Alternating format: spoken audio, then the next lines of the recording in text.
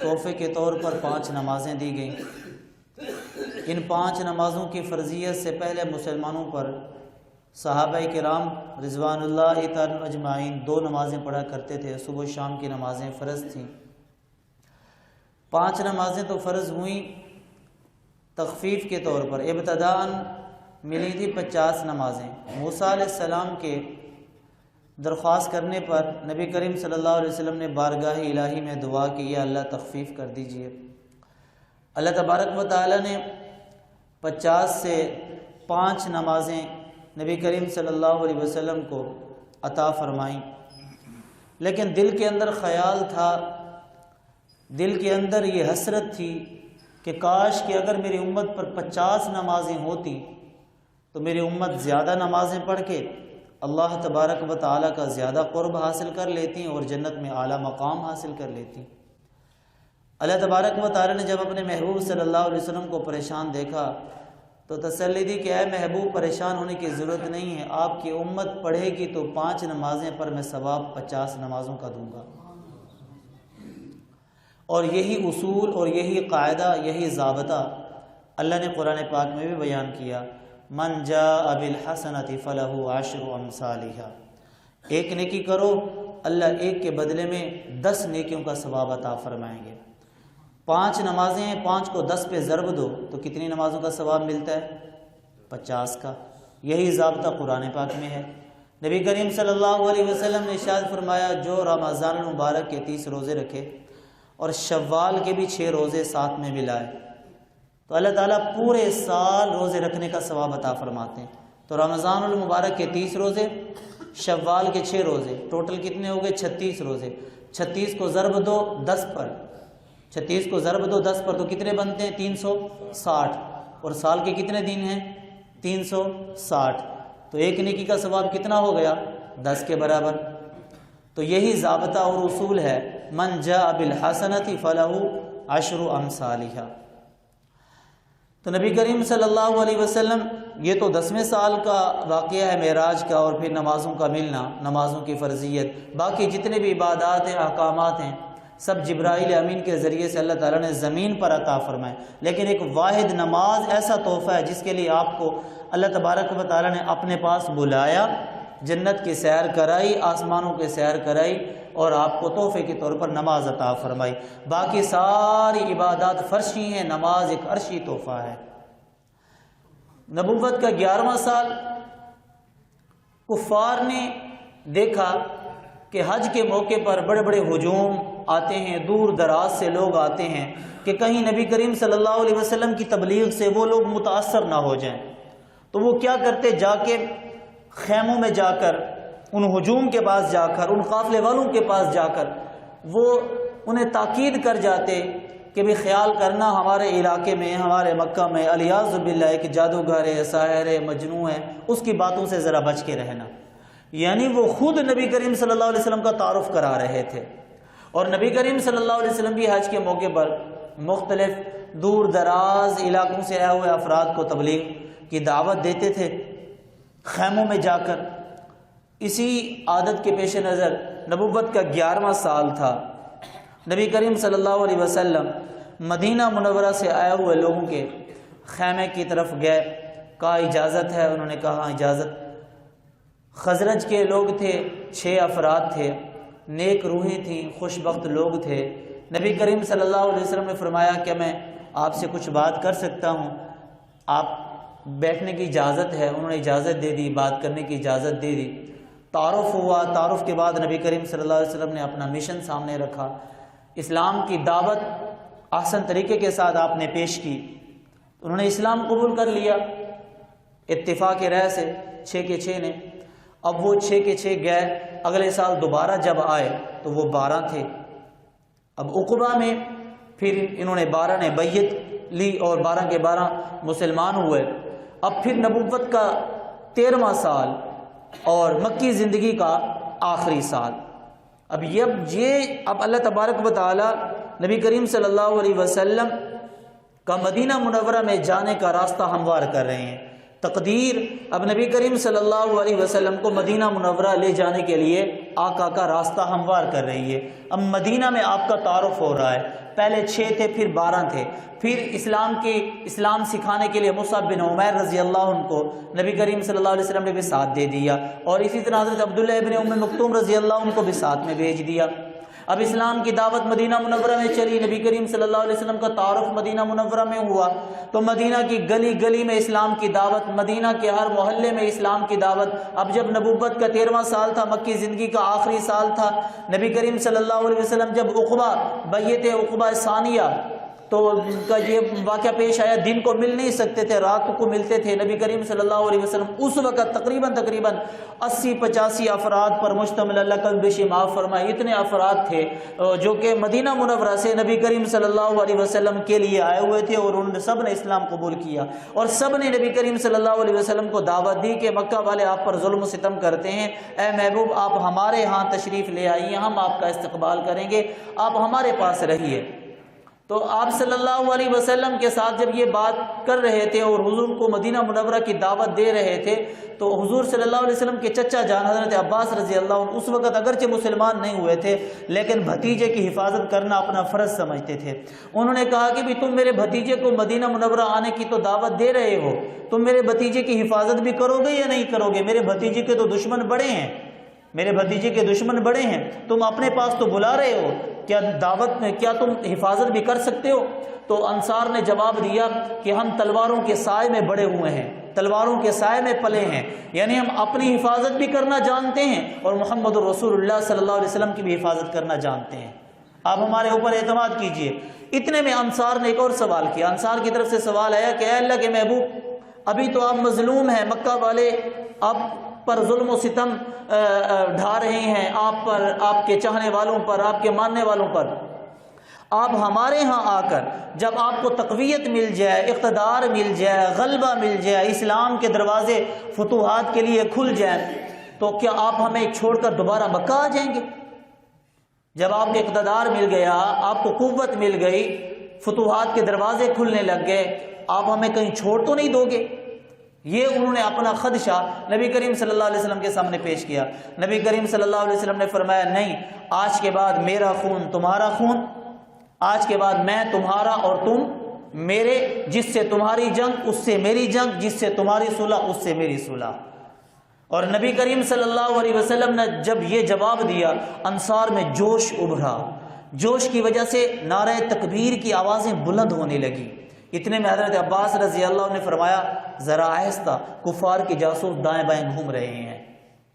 تو یہ نبوت کا 13واں سال تھا، اب ہجرت کے لیے رستہ ہموار ہو گیا، مدینہ میں تعارف بھی ہو گیا، مدینہ میں اسلام کی اشاعت کے لیے یہ افراد جو جانثار بنے نبی کریم صلی اللہ علیہ وسلم کے لیے، انہوں نے مدینہ میں حضور صلی اللہ علیہ وسلم کا ایسا تعارف کرا دیا، اب اہل مدینہ نبی کریم صلی اللہ علیہ وسلم کے دیدار کے لیے ترس رہے تھے کہ وہ دن کب آتا ہے جب حضور تشریف لاتے ہیں۔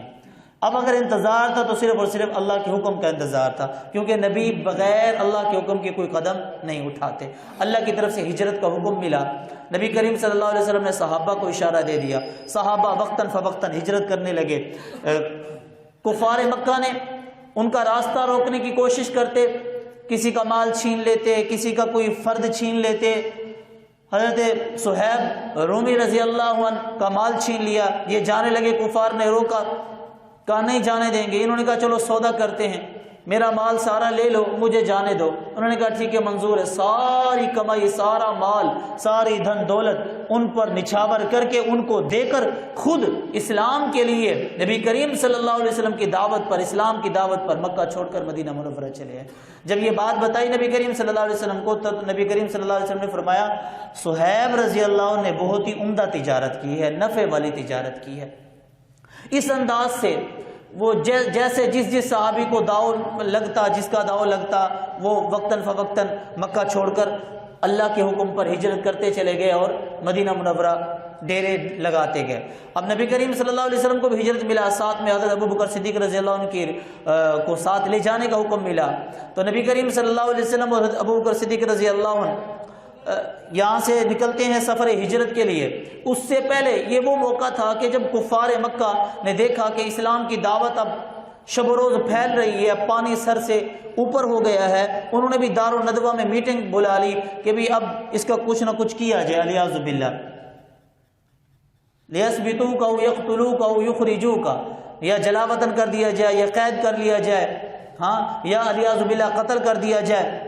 یہ انہوں نے مشورے کیے، تو اللہ تبارک و تعالیٰ نے وہ راز نبی کریم صلی اللہ علیہ وسلم پر فاش کر دیا، وحی کے ذریعے سے بتا دیا، وَيَمْكُرُونَ وَيَمْكُرُ اللَّهُ وَاللَّهُ خَيْرُ الْمَاكِرِينَ۔ اے محبوب، وہ آپ کے خلاف تدبیریں کر رہے ہیں، اور اللہ وہ آپ کو مارنے کی تدبیریں کر رہے ہیں، اللہ آپ کو بچانے کی تدبیر کر رہا ہے۔ ہجرت کا حکم مل گیا، ان کے منصوبے وہیں کے وہیں رہ گئے۔ نبی کریم صلی اللہ علیہ وسلم دشمنوں کے بیچوں بیچ اللہ کے حکم سے نکل گئے۔ غار ثور پہ پہلی منزل تھی، 3 دن کا وہاں قیام ہے، میں تفصیل کے اندر نہیں جانا چاہتا، میں اجمالی تذکرہ کر رہا ہوں۔ 3 دن وہاں گزارنے کے بعد پھر آگے ہجرت کی دوسرا سفر شروع ہوا، مدینہ منورہ کا خفیہ وہ راستہ، یہ شارع عام نہیں تھا، یہ وہ راستہ تھا جو خفیہ راستہ تھا۔ آج یہاں طریق الہجرت کے نام سے وہاں پہ سڑک ہے کہ نبی کریم صلی اللہ علیہ وسلم کی ہجرت کا یہ راستہ ہے، لیکن وہ بھی بالکل بیائی وہی نہیں ہے، بلکہ قریب قریب وہی ہے، قریب قریب وہی ہے۔ تو یہ اس وقت تو کوئی روڈ نہیں تھی، سڑک نہیں تھی، کوئی راستہ نہیں تھا، بلکہ پہاڑوں کے دائیں طرف سے، بائیں طرف سے، اوپر سے، نیچے سے، محلوں سے، وادیوں سے، گھاٹیوں سے، ادھر ادھر سے ہو کر اس انداز کا یہ خفیہ راستہ تھا جو مکہ مکرمہ سے مدینہ منورہ کو جاتا تھا، وہی اختیار کیا۔ پیچھے سے دشمنوں نے جب دیکھا کہ نبی کریم صلی اللہ علیہ وسلم کے تو خلاف ہم منصوبے کر رہے تھے، ہم نے تو ان کو مارنا تھا الیاذ باللہ، انہوں نے پھر انعام رکھ دیا کہ 100 اونٹ ملیں گے اس کو جو الیاذ باللہ محمد صلی اللہ علیہ وسلم کا ہمیں نشان بتائے گا، چاہے الیاذ باللہ چاہے مار دے یا زندہ خبر دے، ہم اسے انعام دیں گے۔ یہ اعلان کر دیا دشمنوں نے۔ اسی ایک انعام کی لالچ میں بہت سارے قبائل، بہت سارے لوگ پیچھے بھی پڑے، اور راستے کے اندر ان کے ساتھ ہلکی پھلکی جھڑپیں بھی ہوئیں۔ جھڑپیں مطلب لڑائی نہیں ہوئی، لیکن آمنا سامنا ہوا، جیسے سراقہ بن مالک کے بارے میں ملتا ہے۔ جب یہ اس نے نبی کریم صلی اللہ علیہ وسلم جس خفیہ راستے سے جا رہے تھے، اس نے ڈھونڈ لیا، اور جب یہ غلط نیت کے ساتھ بڑھ رہا تھا تو قدرت کی طرف سے ایسا ہوا کہ اس کا بمائے سواری گھوڑا جو اس کے پاس تھا زمین کے اندر دھنسا گیا۔ اس نے سمجھ لیا کہ یہ خود سے نہیں ہوا، بلکہ اللہ کے محبوب صلی اللہ علیہ وسلم کی بد دعا سے ہوا۔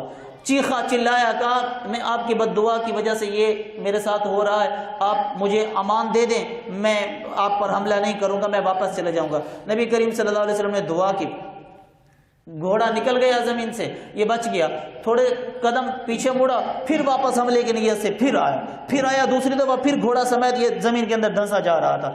پھر اس نے التجا کی، نبی کریم صلی اللہ علیہ وسلم نے پھر دعا کی، اللہ تعالیٰ نے بچایا۔ تیسری دفعہ جب اس نے ایسا کیا، پھر بھی ایسا ہوا، پھر اب اس نے پکی توبہ کر لی اور سمجھ لیا اس نے کہ نبی کریم صلی اللہ علیہ وسلم اللہ کے سچے نبی ہیں۔ اس نے کہا، اللہ کے نبی مجھے آپ تحریری امن نامہ لکھ کر دے دیں، مجھے ایک تحریر لکھ کر دے دیں امن کی، جو آپ کی طرف سے مجھے ملے۔ نبی کریم صلی اللہ علیہ وسلم نے وہ بھی لکھ کر دے دیا، اور ساتھ میں پیشن گوئی بھی دے دی کہ اے سراقہ، ایک وقت آئے گا جب کسریٰ کے کنگن تیرے ہاتھوں میں ہوں گے، اور یہ پیشن گوئی خلافت فاروقی کے اندر پوری ہوئی۔ تو یہ جو تحریر لکھوائی تھی، بعد کے اندر یہی تحریر دکھا کر اس نے امن حاصل کیا اور پھر اسلام قبول کیا۔ اسی طرح راستے کے اندر بہت سارے پڑاؤ ہوئے، رکے، وہاں پہ اکرام ہوا، اور اسی طرح نبی کریم صلی اللہ علیہ وسلم ام معبد کا بھی تذکرہ ملتا ہے۔ ایک اور بھی جگہ پہ دودھ نبی کریم صلی اللہ علیہ وسلم کے لیے حضرت ابوبکر صدیق رضی اللہ عنہ نے ایک مسافر سے مانگا، پیش کیا۔ اسی طرح بریدہ رضی اللہ عنہ جو اس وقت تو مسلمان نہیں تھے، وہ بھی تلاش میں تھے، انعام کی لالچ میں تھے، لیکن ملاقات کے اندر وہ خود بھی مسلمان ہو گئے، اور جو لشکر لے کر آئے تھے وہ سارا کا سارا لشکر بھی مسلمان ہو گیا۔ اور انہوں نے کہا کہ اللہ کے نبی آپ ہمارے پاس ٹھہریں۔ اللہ کے نبی صلی اللہ علیہ وسلم ان کے پاس نہیں ٹھہرے۔ ادھر سے جب مدینہ میں یہ خبر پھیلی کہ بھی نبی کریم صلی اللہ علیہ وسلم مکہ چھوڑ کر جا چکے ہیں، تو ان کو بےتابی سے انتظار ہو گیا کہ اب مکہ اگر چھوڑ دیا ہے تو ذات ذر ہمارے پاس ہی آ رہے ہیں۔ اب وہ کیا کرتے، روزانہ مقام حرہ پر جا کر نبی کریم صلی اللہ علیہ وسلم کا استقبال کرتے اور دیکھتے کہ بھی کب آئیں گے، آ رہے ہیں یا نہیں آ رہے، دیکھتے رہتے۔ جب دھوپ کی گرمی بڑھنے لگتی تو واپس اپنے گھروں کو چلے جاتے۔ اہل مدینہ کا یہ روٹین بن گیا تھا، روزانہ آتے تھے مقام حرہ پر کہ اسی راستے سے نبی نبی کریم صلی اللہ علیہ وسلم آئیں گے، کب پہنچیں گے، بےتابی سے حضور کا استقبال کرنے کے لیے کھڑے کھڑے کھڑے کھڑے، جب گرمی ہوتی، دھوپ بڑھنے لگتی، پھر واپس اپنے گھروں کو چلے جاتے۔ ایک دن تھا کہ جب یہ واپس اپنے استقبال کر کے تھک کے واپس اپنے گھروں کو جا رہے تھے کہ ایک یہودی کی نظر نبی کریم صلی اللہ علیہ وسلم پر پڑی، تو یہودی نے پکار کر کہا، اے عرب کا گروہ، اے عرب کی جماعت، جس کا تم روزانہ استقبال کرتے تھے نا وہ آ رہا ہے، جس کا روزانہ استقبال کرنے کے لیے تم یہاں پہ کھڑے رہتے تھے وہ آ رہے ہیں۔ اب جب انہوں نے سنا تو واپس آئے نبی کریم صلی اللہ علیہ وسلم کے استقبال کے لیے۔ حضرت ابوبکر صدیق رضی اللہ عنہ بھی ساتھ ہیں، چند احباب ساتھ ہیں۔ راستے کی جو یہ راستہ بتانے والا جو رہبر تھا وہ عبداللہ بن اریقط، حضرت ابوبکر صدیق رضی اللہ عنہ کا غلام تھا، وہ رہبری کر رہا تھا سارے سفر میں، وہ رہبر بنا تھا۔ اب حضرت ابوبکر صدیق رضی اللہ عنہ نے محسوس کیا کہ کہیں لوگ جو ہے نا خادم اور مخدوم میں فرق کرنا ان کے لیے دشوار نہ ہو جائے، تو انہوں نے نبی کریم صلی اللہ علیہ وسلم پر یوں چادر تان لی تاکہ پتہ چل جائے نبی کریم صلی اللہ علیہ وسلم یہ ہیں اور میں غلام ہوں، پتہ چل جائے خادم کون ہے، مخدوم کون ہے۔ تو اس انداز کے ساتھ اہل مدینہ نے استقبال کیا۔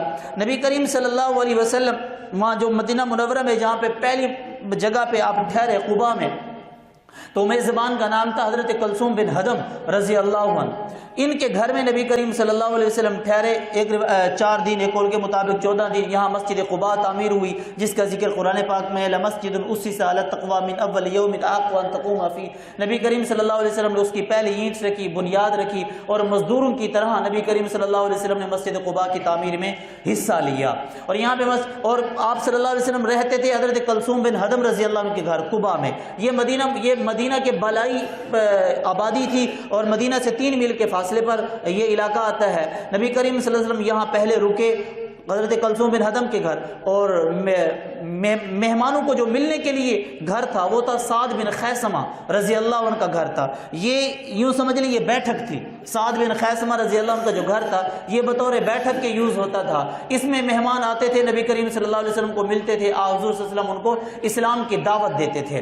اور اسی طرح یہاں پہ قیام کرنے کے بعد پھر نبی کریم صلی اللہ علیہ وسلم مدینہ منورہ کی طرف نکلے تو راستے میں محلہ بنی سالم پڑتا ہے، تو انہوں نے کہا اللہ کے نبی ہمیں بھی شرف بخشیں۔ نبی کریم صلی اللہ علیہ وسلم وہاں پہ رکے، زوال سورج ڈھلنے لگا تھا، ظہر کا وقت تھا، جمعے کا دن تھا، تو اسلام کا سب سے پہلا جمعہ یہاں ہوا۔ نبی کریم صلی اللہ علیہ وسلم نے مدینہ منورہ آنے کے بعد سب سے پہلے جو تقریر کی وہ یہاں پہ کی، خطبہ جمعہ جو دیا وہ یہاں پہ محلہ بنی سالم کے اندر دیا۔ یہاں مسجد بھی ہے، مسجد جمعہ، یہاں مسجد بھی بنی ہے، مسجد جمعہ۔ یہ پہلا جمعہ بھی پہلا تھا، جمعہ بھی پہلا تھا، مسجد بھی یہاں پہ تعمیر ہوئی، اور نبی کریم صلی اللہ علیہ وسلم نے پہلا خطبہ دیا۔ مکہ والوں نے 13 سال ظلم و ستم کیا، پر نبی کریم صلی اللہ علیہ وسلم نے اپنی اس تقریر کے اندر ان کے ظلم و ستم کا نام بھی نہیں لیا، نام تک بھی نہیں لیا۔ ایسے رحم والے تھے، ایسے رحم دل اور نرم دل تھے کہ مکہ والوں نے 13 سال تک روزانہ ظلم و ستم کی چکی میں مکہ میں پستے تھے، وہاں سے نکل کر تازہ تازہ آئے تھے، لیکن مجال ہے کہ اپنی پوری تقریر میں کبھی مکہ والوں کے ظلم و ستم کا نام بھی نہیں لیا، ان کو تنقید کا نشانہ بھی نہیں بنایا۔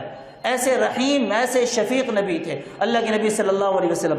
محلہ بنی سالم سے مدینہ منورہ میں پہلا سال، پھر آگے چلے تو بچیاں چھتوں پر نبی کریم صلی اللہ علیہ وسلم کا استقبال کرنے کے لیے ترانہ گا رہی تھیں، طلع البدر علینا من ثنیات الوداع وجب الشکر علینا، تو یہ ترانہ تھا۔ تو ثنیات الوداع اسی مقام پہ جس مقام پہ بچیوں نے استقبال کیا وہاں پہ مسجد ثنیات الوداع کے نام سے تعمیر ہوئی۔